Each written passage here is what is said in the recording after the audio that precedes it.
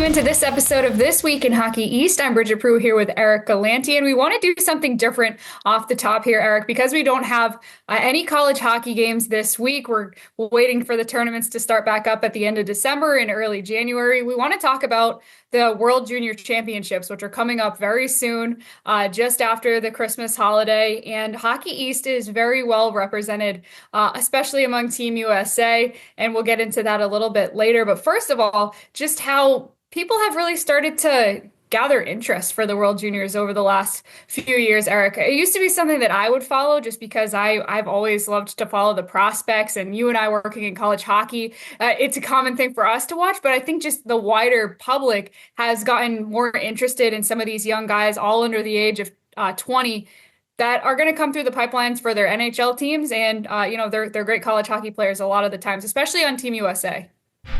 Yeah, I think there's a couple different things. And, we've talked a little bit about this before, but I think, the first place you have to look is the growth of the national team development program and how that's really built a national team and a national culture for USA Hockey that maybe didn't exist, before that program, or didn't exist in the same way, I should say. We've talked to different players and coaches who maybe played in the tournament before there was a national team development program, and they talk about the impact it had on them. But just in terms of a general, view and a general consciousness of what the tournament is, I think that's number one. And then you combine that with the fact that the number of NHL high draft pick prospects that have started coming to college hockey more and more in the last 5, 10, 15 years. So those two things really combined together, as you said, have really added a level of, not just really hardcore niche college hockey fans, but really expansive hockey fans and just expansive sports fans generally, has allowed the World Junior Tournament to really thrive and be known and be followed in a different way. Yeah, and it's always been popular in Canada, right? But in the US here, it's coming down the line, and nobody will be surprised that it's really the same teams that are going to be the contenders again this year. USA, Canada, Sweden, Finland, those are going to be the good teams that we'll get into a little bit later. But to give you some of the basic information for the tournament, it starts on December 26th through January 5th. And the U.S. starts in Group A, which is a really stacked group. So I'll just read you off both of these groups. Group A is USA, Canada, Finland, Latvia, and Germany. And Group B is Sweden, Czechia, Slovakia, Switzerland, and Kazakhstan, because Russia is still not allowed in the tournament. So when USA and Canada are in the same bracket, and then you have Finland in there as well, it's not going to be an easy one. This doesn't look like a sweep for anyone. Yeah, it really is interesting that you get Canada and the United States. They'll play on New Year's Eve in pool play. Now, it's not like only one team advances, but it is really interesting. They'll get challenged early. And then Finland being there as well.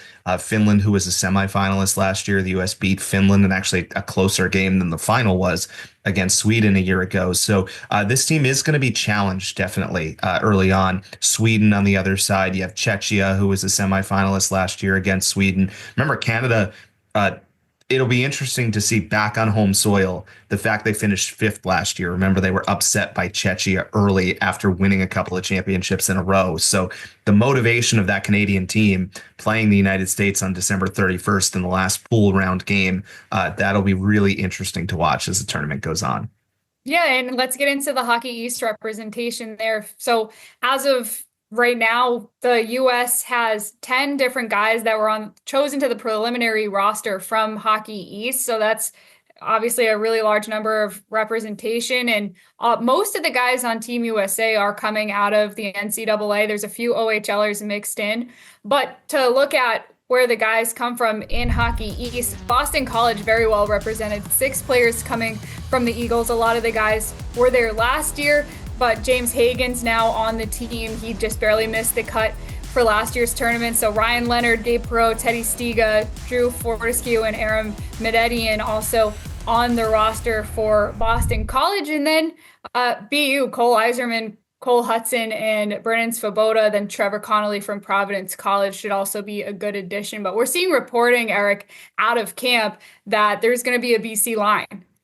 Yeah, I think no surprise, right? David Carl mentioned that he's back as the head coach. He's obviously familiar with what the BC guys have done, playing against him a couple of times last year and coaching them in this tournament.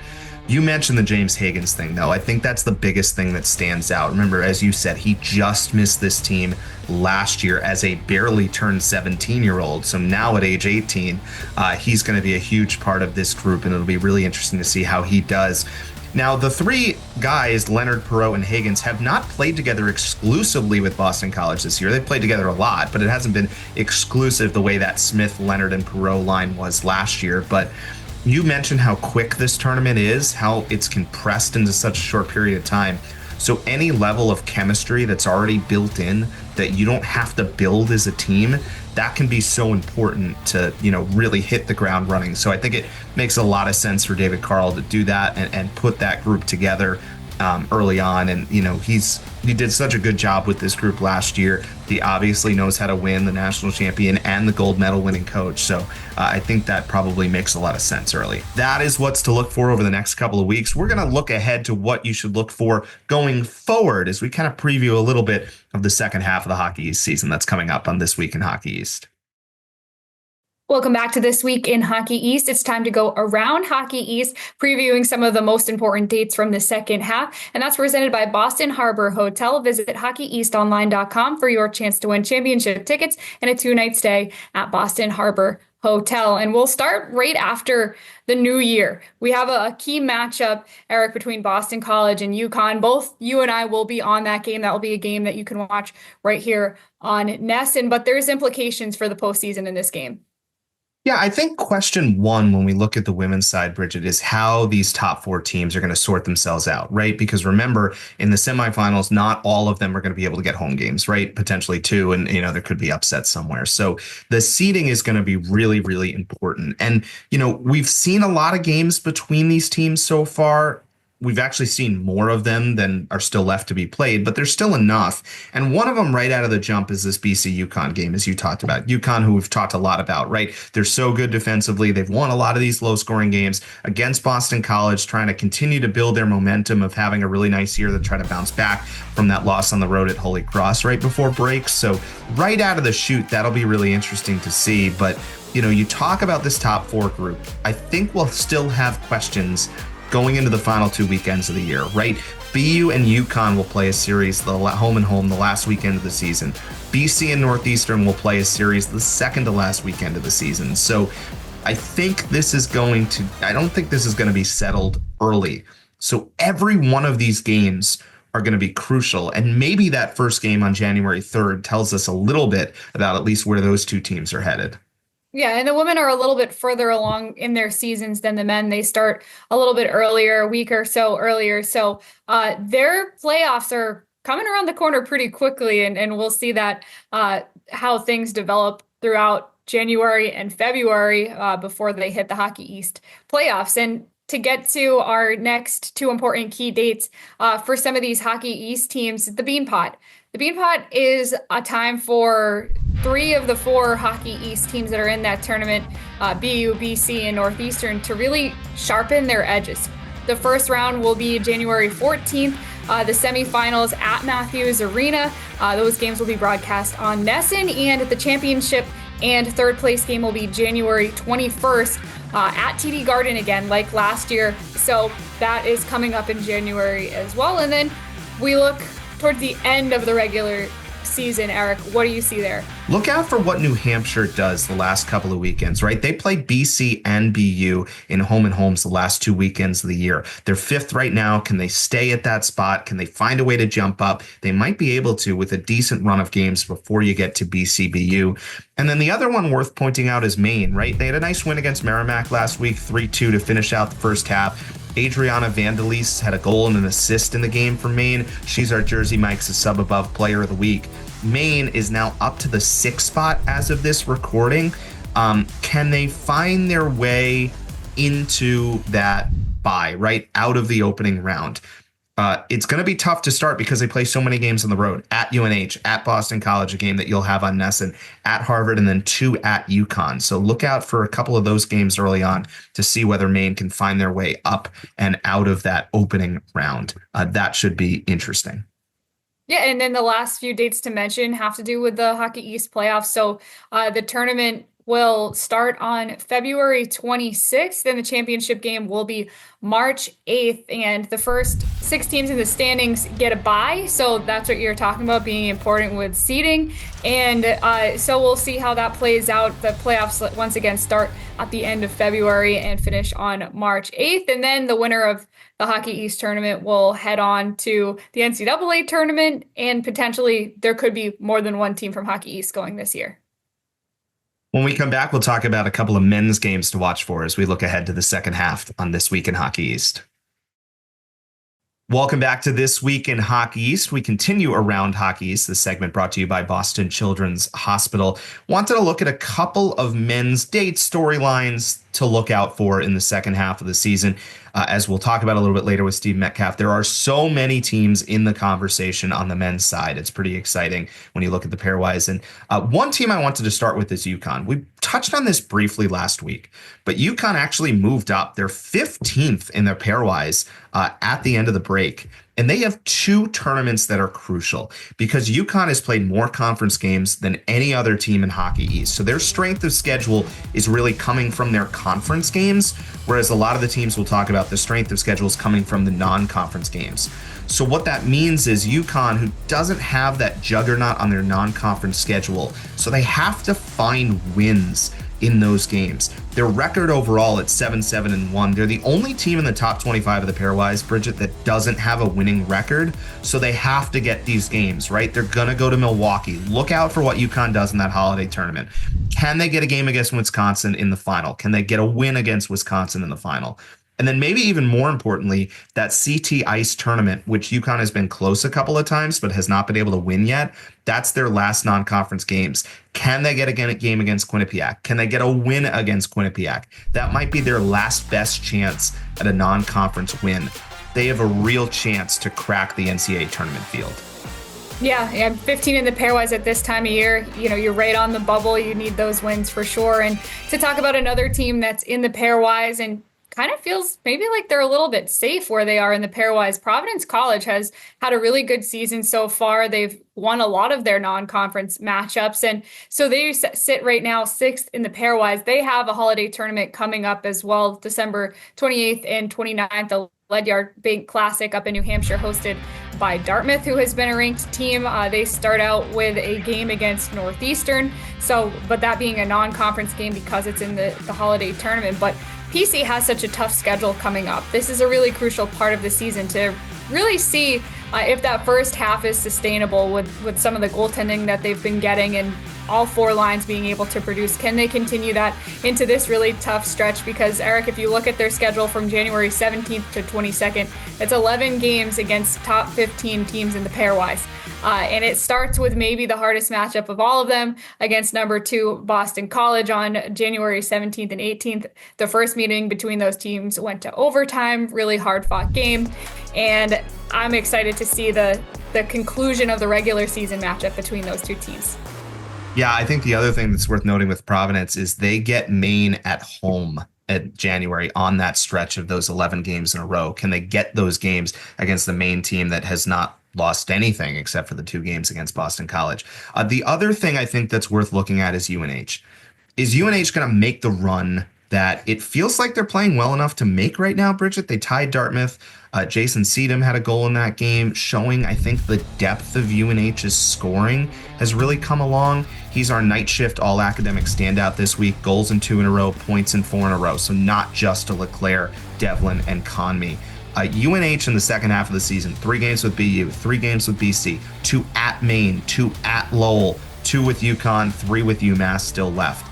So you look at the early part of that, a home and home with Boston University, starting Friday, January 17th at home on Nesson. That's a date to watch, I think.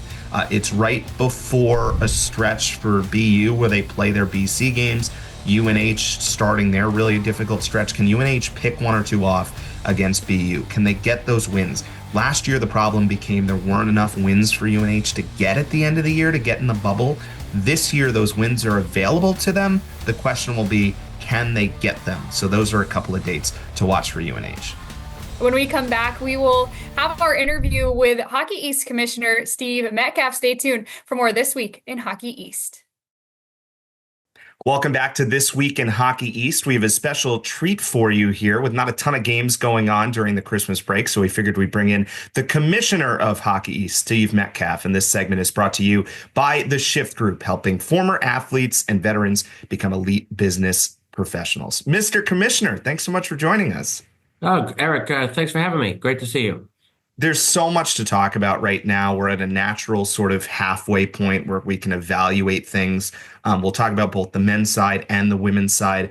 Why don't we first start with the men's side of things? And the pairwise picture is pretty remarkable right now. Not that we haven't had these moments in the past, but where hockey is right now, Hockey East is right now over 70% on their non-conference win percentage, 7 teams inside the top 15, 8 on the bubble. It's a pretty remarkable time to be a Hockey East team.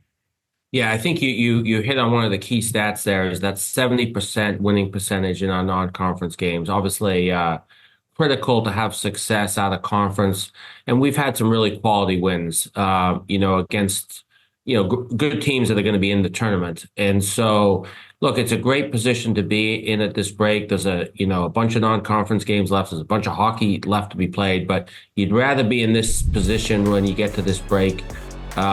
Mid-season break than not. And we've got some teams that have really built a great resume. I think one of the differences this year, maybe versus years past, is sometimes in years past when that non-conference record isn't quite as high, each team's strength of schedule is coming off what they're doing in the non-conference. But this year, because the conference schedule is so impressive, there's so many teams that you can actually build up your strength of schedule in the league. So a team like New Hampshire, Steve, who's, right on the bubble right now inside the tournament today, they're going to have 11 opportunities against teams within the top 20 right now in the second half of the season, most of those in conference. So there's going to be so many chances for these teams to continue to move up. Yeah, that's right. That's right. And I think it's good when we've got so much strength and depth in the league, because what you described can work in our favor.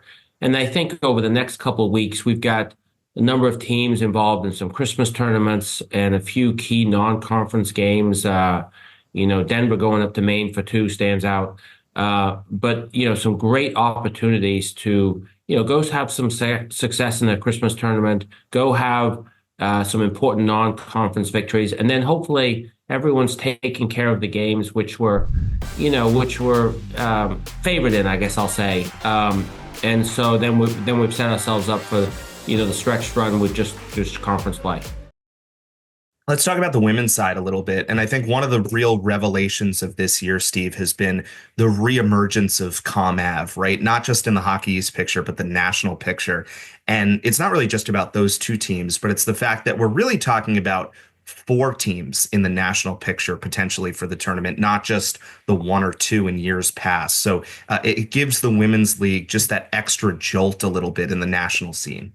Yeah, we've got there's a kind of a delineation there between the top 4 as we get to break. But like you said, Boston College and Boston University both in the top 15, which is how many teams are in the women's tournament. And so that's a position we just haven't had the last couple of years. We had a couple of years when Northeastern was our top dog and really, really top of the pairwise rankings. But now to have 2 teams in the top 11 as we go into break, look, we'd obviously love to have a third or a fourth, but progress for sure. One of the cool things that's happened, at least with the, growing consciousness of college hockey, is that, this period used to really feel like a dead time, as well as there being no games. And now with the emergence of World Juniors and especially the United States team, it feels like we're still thinking college hockey all the way through the year. It almost feels like Jerry York's old phrase of trophy season, which used to start at Beanpot, now really starts earlier, right, with the World Junior Tournament, and more drafted guys and potential NHL guys coming not just through college hockey, but specifically with Hockey East. How have you seen this change over the last 5 to 10 years of the World Junior Tournament, just in the growing consciousness of hockey fans this time of year? Yeah, the World Junior Tournament, is really such a great event. I had an opportunity last year to go for a couple days in Sweden for the first time I'd ever been to it, and just the games and the pageantry, and when Sweden played and Canada, U.S., some of the marquee teams. What just a fantastic event, and obviously very, very, very high level of hockey. Look, these last couple of years have been really good for us as far as participants in the World Junior Tournament, certainly on the U.S. team. And look, when we've got these 10 representatives going to camp, and I guess I like the chances of most, if not all of them, making their teams. It's fun to watch those games when you've got, kind of a horse in the race, if you will. Last thing we want to talk about in this segment is just, we are slowly but getting closer to the time when we're going to start to talk about playoff picture and Hockey East tournament. And the women's tournament this year is already guaranteed. Their final will be at UConn, the men's tournament back at TD Garden. Tell us a little bit about ticket sales and the interest in the two tournaments already at this point. Yeah, I guess I'll start on the men's side. As I'm sure you'll remember, last year we sold out both days at the Garden, so we've really tried to encourage everyone to get their tickets early, so we don't, get in a situation where you're left out. Obviously, tickets are on sale obviously already, and there's a little discount you can get if you want to buy both days. I think it goes to the beginning of January. So get your tickets for the Garden. As you mentioned, the women's championship game, we decided to just mix it up a little bit this year, and had a lot of conversation last year with the ADs and the coaches, and decided to have a predetermined site. And that site for our championship game is going to be UConn. Those tickets just went on sale, and we had the best attendance I think, had in Hockey East history between the semifinals and the finals on the women's side last year. And so hopefully this turns into a really well-attended event and a great atmosphere for the players. So certainly, go grab your tickets for that as well. That's the Commissioner of Hockey East, Steve Metcalf. We appreciate you joining us for our show today. For Bridget Prue and Steve Metcalf and all of us at Hockey East, I'm Eric Galanti saying happy holidays, and we'll talk to you in a couple of weeks when the games restart right here this week in Hockey East.